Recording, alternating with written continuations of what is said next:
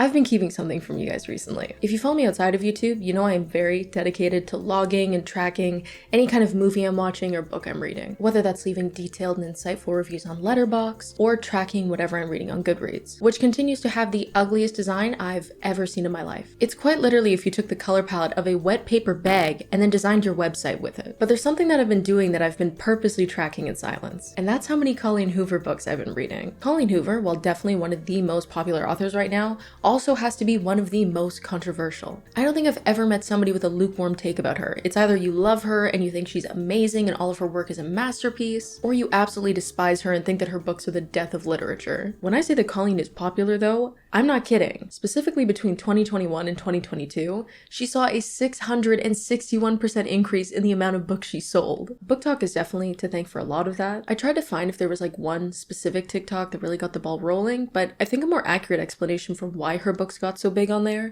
was that it wasn't just one person's really popular review, it was a lot of people making videos about how they cried so hard after reading her books, and people were curious, read it for themselves, also cried, and the cycle continued. And some of those readers were Kardashians, so like, that's built-in promo in itself. Some of her fans are so dedicated though that Colleen actually shouts out this one Facebook group at the end of every single book that I read. So naturally, I wanted to try to get in. Not to ruffle feathers though, okay? I'm not an asshole. I just wanted to go in, observe the community, see how they work, and then quietly leave. So I find the group and I ask for an invite, only to realize that I need to answer some questions first. The first being where I heard about Colleen, and the second being my favorite book by her, which seemed like innocent questions at first, but then I noticed how small the Facebook group was and I started to get suspicious. Like, this could be a trick. Are these such die-hard Colleen Hoover fans that they could like judge whether you're worthy enough for the group based on what your favorite book was? For all I know, they're using her catalog as an MBTI. At that point though, I think I was just overthinking it, so I decided to put in that I found her on TikTok and that my favorite book was November 9, which if you know what that book's about, I trolled a bit, okay? Sue me. After I sent in my response, I wasn't expecting to hear back from them for a few days, because obviously it's a big group, they're busy. I don't expect them to get to me, there's probably a lot of people, right? Imagine my surprise when I get a response immediately, and that response is, denied. Let me in! Maybe I just need like a sponsor to get in. Like, I'm sorry, this is a classy establishment. We do not want you riff-raff. Along this journey, TikTok clued in that I was reading Colleen Hoover, so I really got a taste for the Colleen culture war. How the trend worked was it was always some sort of play on your boyfriend says that you left your Colleen Hoover book at his house, to which the person would then show all of their deep, serious, dark academia literature to prove that it absolutely wasn't them. Like, your boyfriend probably doesn't even know the difference. The last book he cracked open was Flat Stanley. Like, we're focusing on the wrong reader here. I do want to preface here though that I know what it's like to enjoy ridiculous media. I am a shooter for many ridiculous things. The place I'm coming from with this series is that I'm reading and reacting to the books, not the people who enjoy them. That stuff is not my business. Considering how extreme the opinions are on her, I've always been kind of curious about her work. To me, they've always seemed like Hallmark movies, but just in book form, but people don't ride and die for Mr. Miracle or the Christmas pageant. So I decided to pick up 5 different Colleen Hoover books to see what the hell's going on here. When I went to go pick up these books, I didn't realize just how many books Colleen Hoover has. The original plan for this video was I was going to read every single Colleen Hoover book. But when I walked into the bookstore to go to the H shelves of the romance section, I realized that Colleen Hoover did not just have a shelf. She had an entire bookcase. It was just a straight up wall of Colleen Hoover. It was a bit menacing. Formatting wise though, for this series, I decided I was going to split it into 3 different parts. The first one, which you're watching, we're going to be looking at Ugly Love. The second, we're going to be looking at It Ends With Us and All Your Perfects. And finally, in the last video, we'll be looking at Verity and November 9. Before we get into everything though, I wanted to give a quick shout out to today's sponsor, Book of the Month. They're a monthly subscription service where on the first of each month, you get to choose from 5 to 7 books picked by their editorial team to be delivered to your door. They also recently launched curated audiobooks alongside their hardcovers, so you can choose between the two. I'm definitely a really big fan of the curation aspect of it though. When it comes to online book recommendations, it feels like everyone's just recommending the same stuff, but at the same time it can also be a bit daunting, like going in completely blind with a book that no one's talked about. What's cool about Book of the Month though is that they have an editorial team that reads through hundreds of titles before deciding the picks for each month. But I think my favorite part of their process is that they focus on new and emerging authors, meaning you're gonna be seeing stuff you haven't seen before. And say you don't like the selections for a given month, you can just skip the delivery and you don't get charged. They've also got an app where you can pick your books for the month, participate in reading challenges with rewards, or track your reading progress. And if you do end up going with an audiobook, you can choose, download, and listen to them right there on the app. This month I got You Again by Kate Goldbeck and The Intern by Michelle Campbell. I know I'm not supposed to judge a book by its cover, but I do Love this one. It reminds me of When Harry Met Sally. I thought it'd be a cute book to read in the fall though. It's a contemporary romance that follows Ari and Josh. Ari's like a free-spirited comedian and Josh is more of a focused, driven chef. And they do not get along the first time they meet. They actually find out that they're sleeping with the same woman. But years later, they end up becoming friends. Then one night, everything starts to blur. Like, that sounds fun as hell. The Intern is definitely more of a thriller. It follows Madison, who gets an internship with a judge. And it turns out that this judge was actually in charge of a case that was involving her brother. And when her brother accuses the judge of corruption, he disappears. So Madison behind the scenes has to figure out if the judge that she's interning for is a mentor, a victim, or a criminal. I just think it's a great way to find new authors and books that have already been vetted quality-wise, and even cost-wise. You get new release hardcover fiction for much cheaper than other options, free shipping, and it comes in a cute blue box. If you're interested though, you can get your first book for only $9.99 with the code CIDER. So go to bookofthemonth.com and join for just $9.99. Thanks again to Book of the Month for sponsoring. Now let's get back to Colleen. You are crazy if you thought I was going to start off with a ball book. Come on. I've been dying to read this. So by all means, grab a snack,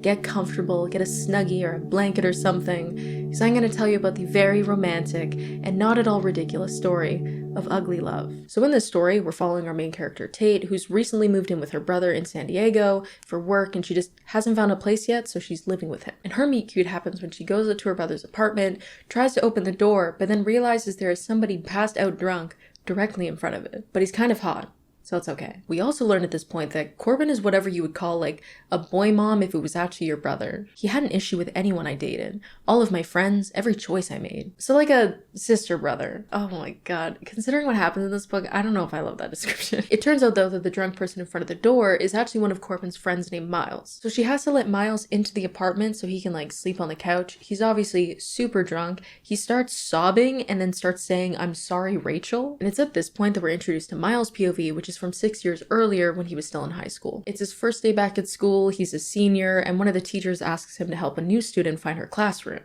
And guess what her name is? My mouth forgets how to speak. My arms forget how to reach out and introduce the person they're attached to. My heart forges to wait and get to know a girl before it starts to claw its way out of my chest to get to her. Rachel, Rachel, Rachel, Rachel, Rachel. She's like poetry, like prose and love letters and lyrics, cascading down the center of a page. Rachel, Rachel, Rachel. Okay, Ruby Carr. I am a little scared right now though. Like something about this already is just not right. I know it's intended for the way that he's speaking to be seen as romantic, but when he's saying stuff like, "That red is my heart hair, that doesn't look like it's been tampered with since God created it specifically with her in mind," he sounds like those like true rape people on Reddit, and they scare me so much. So I'm picturing him with like a devious fedora on right now. Actually, I shouldn't say that. There are a lot of good people that wear fedoras. Colleen does not really give us much appearance-wise with these characters though, so I gotta wing it.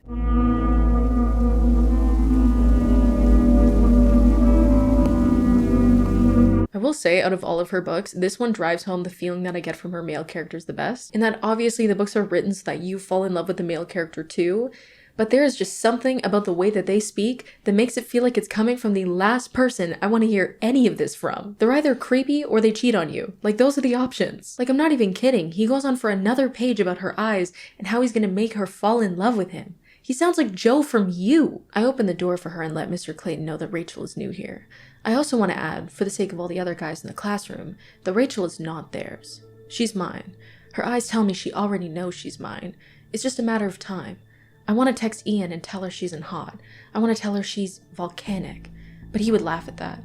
Instead, I discreetly take a picture of her from where I'm seated. I send the picture and a message to Ian that says, "She's gonna have all my babies." Like, this is supposed to be the Edward Cullen of this book. I'm supposed to be reading this like, oh my god, Miles, you are so romantic. Like, what?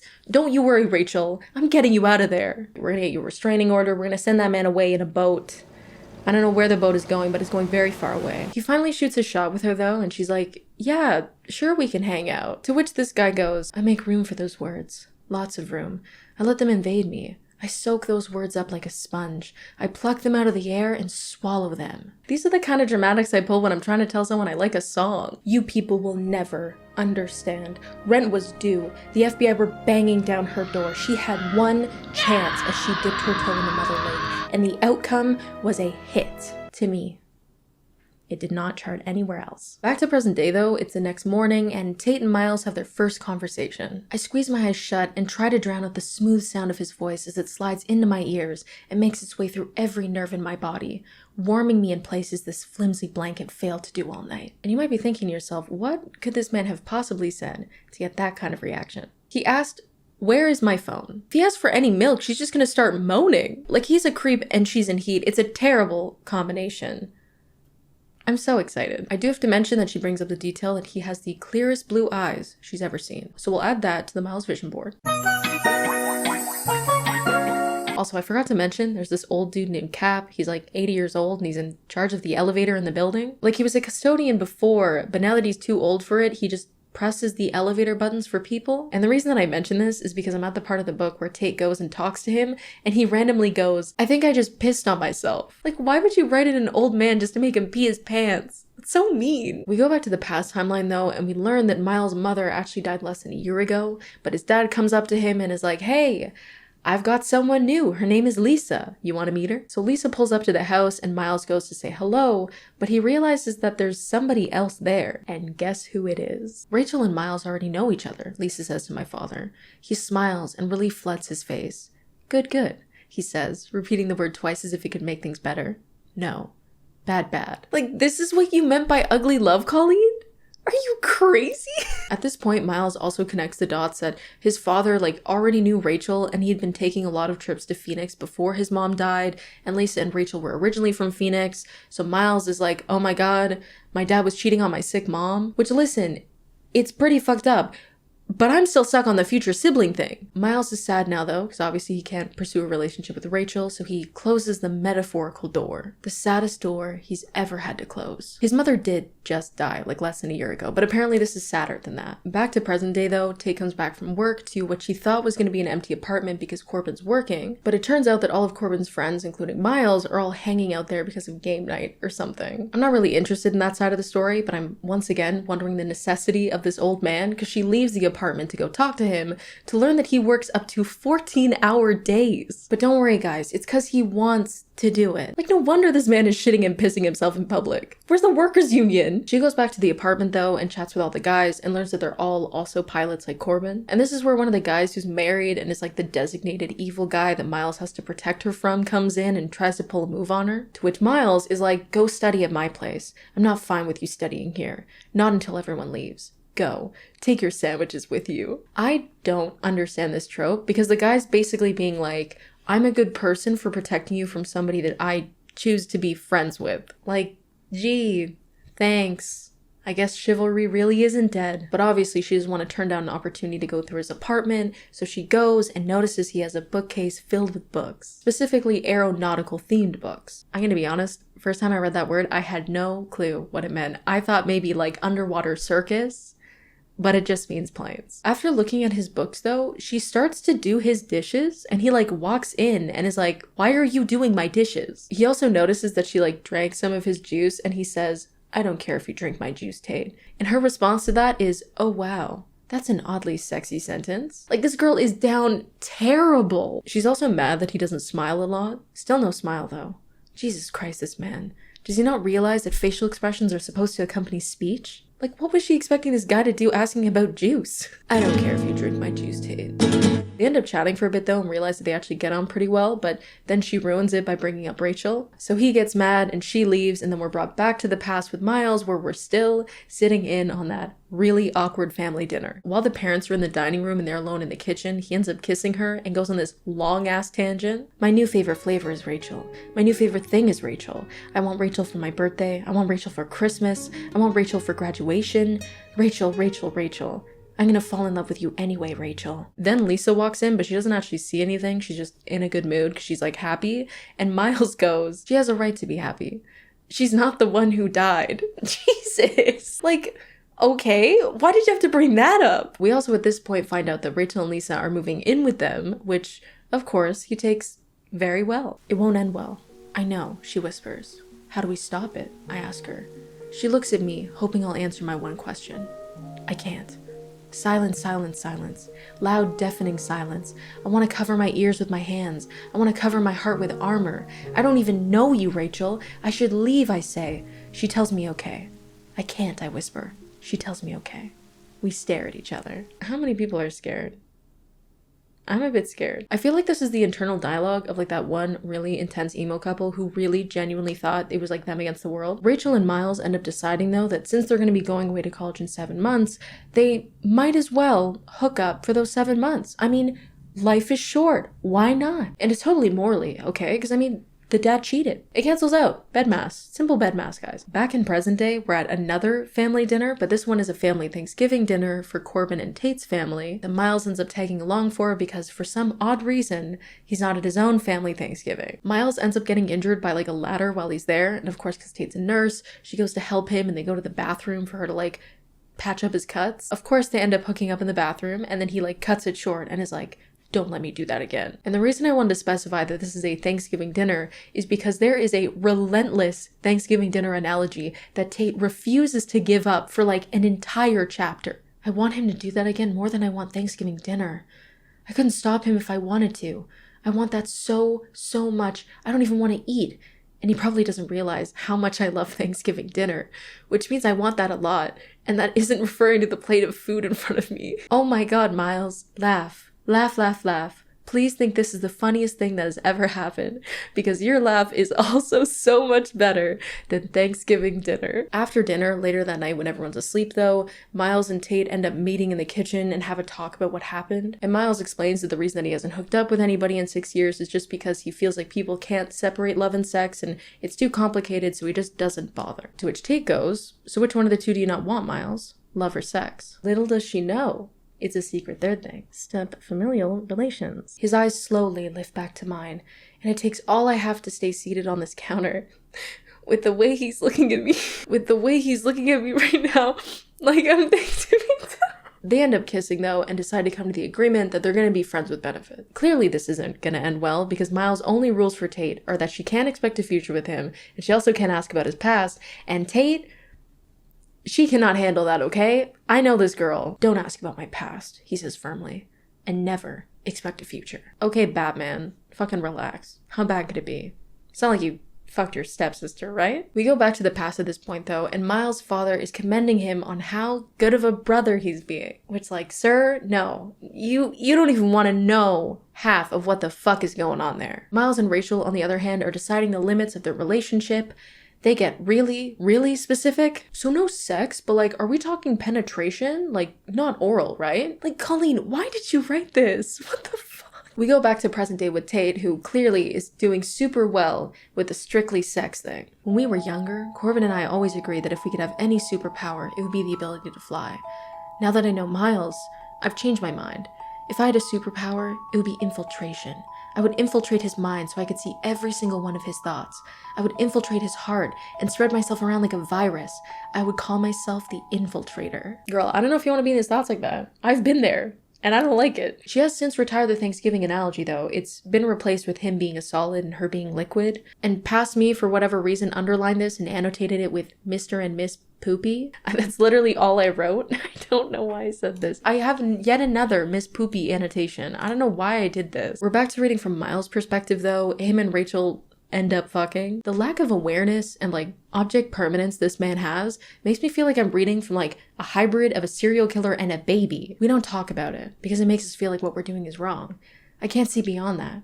I can't see anything where she won't be my everything. I will say, for the longest time, I thought that people loved Colleen's work so much because maybe she was just really good at writing smut, so the plot didn't really matter. But then you actually get to a sex scene in these books, and they're written like this. He begins to pull it down, and my heart is hammering away in my chest so hard it feels like it's building something. Maybe my heart is building a stairway for himself all the way to heaven, since he knows he'll explode and die the second these jeans slide off. What you got, like, Bermuda Triangle pussy? He thrusts back inside me. He pulls and repeats his movement again. Best, again, thing, again, I've, again, ever, again, felt. I'm sorry. It's a no for me. Obviously, they both had a good time though, and she starts to realize that she's probably gonna get attached, so she goes to talk to the elevator man. Are you falling in love, Tate? I know that they included this old man just to be like, aw, cute old man, but like, He's a cute old man. What do you want me to do? To me, he kind of has that same energy as that like one old lady who was like selling the fuck out of her extra role in that Marvel movie. I think at this point in the book, Colleen had like a moment of clarity because she realized that in the past, Miles is fucking his stepsister, and in the present, Miles is treating Tate like shit. So the reader's sitting there like, am I supposed to like this guy, or like what the hell's going on here? So she randomly has this part where he like gives a blanket to a homeless person, which I guess is supposed to balance it out. Back again in Miles' POV, he's once again trying to convince us that all of this is totally calm and chill. His latest revelation is that God gives us the ugliness, so we don't take the beautiful things in life for granted. Like, aw, my mom is dead, but at least I got a stepsister. That is not what I meant. And you know it, you little shit. Present-day Tate is clueless, though. She's sitting here making poems about him in her head. Miles smiles for no one else. Miles only smiles for me. Jam, a man of fortune. They end up sleeping together again, but she gets frustrated because he, like, never makes eye contact with her during it, so she leaves and talks to the elevator man. Can you imagine being on like hour 9 of your elevator button pushing shift as a 80-year-old, and this one girl does not stop showing up? She doesn't actually have to go anywhere. She just wants free advice. Like, know your worth. I'd start charging her. He tells her about how he was involved in an affair where this woman and him were like super into each other, but she was already married and in a very miserable relationship with this guy, but she couldn't get a divorce because back then, like, you just didn't really do that. But her husband was away for 2 weeks out of the month, so he would just come over during those 2 weeks every month and basically act like her husband. And his logic for that was, love isn't always pretty. Sometimes you spend your time hoping it'll eventually be something different, something better. Then before you know, you're back to square one and you lost your heart somewhere along the way. The fight doesn't end up lasting long at all though, because she's once again back at his apartment, spread bald eagle on his table. What's truly crazy is what happens after though. He pulls his pants back into position and zips them. I hear his footsteps as he walks away. He's walking away. His bedroom door slams shut and I flinch. Like, you're telling me that this woman is out here, new facing the world, and this man just left. She's obviously crying because she's embarrassed, because what the hell? For some reason, Colleen's like, you know what? Let's give the detail that she still feels the remnants of him sliding down her leg, because why not? And you would think to yourself, there is no way Tate is going back to this guy. Like, come on. I'm not kidding. 2 pages later, they meet back up again, and this is what she's thinking. He's standing so close to me, I can feel his breath and him and how much he really is sorry. But I don't even know what I'm supposed to be forgiving him for. He never promised me anything other than sex, and that's exactly what he gave me. Like, girl, stand up. Oh my god. Like, that is just horrifying. That man used you like a human fleshlight, and you think there's nothing to apologize for? This girl has like 2 pieces of gum for brain. Over in Miles' POV, shit is even worse. They find out that Rachel is pregnant, so they go to tell the parents. But when they go to tell them, the parents are like, hold on, we have some really exciting news. We're married, making them officially step-siblings. When Miles brings up the news that Rachel is pregnant, the dad automatically assumes it's some other guy, because of course, and he goes, what kind of guy would let a girl's brother be the one to break the news? And Miles goes, I'm not her brother. Dad, it's me. I'm the one who got her pregnant. Obviously, this does not go over well at all. The parents are so pissed, but Rachel and Miles are like, we don't care. We've been approved for college family housing, so we're just gonna live together. Back in present day, Tate and Miles are hooking up again because she forgave him, even though she didn't really think that she had to forgive him. But Corbin ends up coming home early from work, which they weren't expecting because they were keeping the relationship secret from him